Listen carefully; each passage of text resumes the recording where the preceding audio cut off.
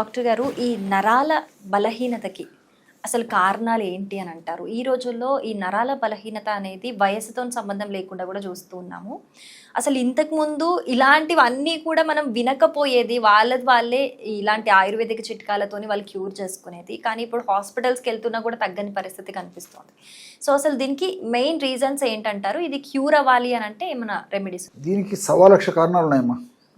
నరాల బలహీనత సమస్యకి అనేక రకాలైన కారణాలు, జనరల్గా ఉండేటువంటి కారణాల గురించి ఇప్పుడు చెప్తాను చూడండి. సర్వసాధారణంగా ఉండేటువంటి కారణాలు పోషకాహార లోపం. పోషకాహార లోపంలో కూడా ముఖ్యంగా చెప్పుకోదగ్గది సూక్ష్మ పోషకాహార లోపం.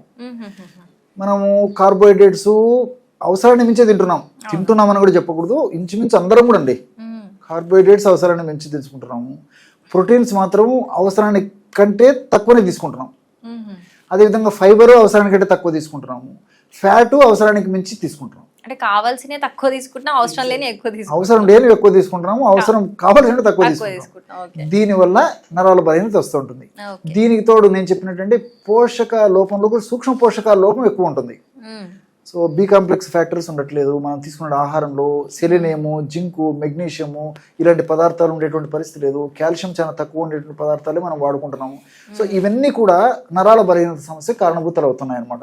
దీనికి తోడు మానసిక ఒత్తిడి, అదేవిధంగా ఈ ఫాస్ట్ ఫుడ్స్, జంక్ ఫుడ్స్ విపరీతంగా తీసుకోవడము, దట్టు రాత్రిపూట ముఖ్యంగా హెవీ ఫుడ్ తీసుకోవడము ఈ యొక్క డిన్నర్లో, ఇవన్నీ కూడా ప్రత్యక్షంగా పరోక్షంగా నరాల బలహీనత సమస్య కారణభూతం అవుతూ ఉంటాయి అన్నమాట.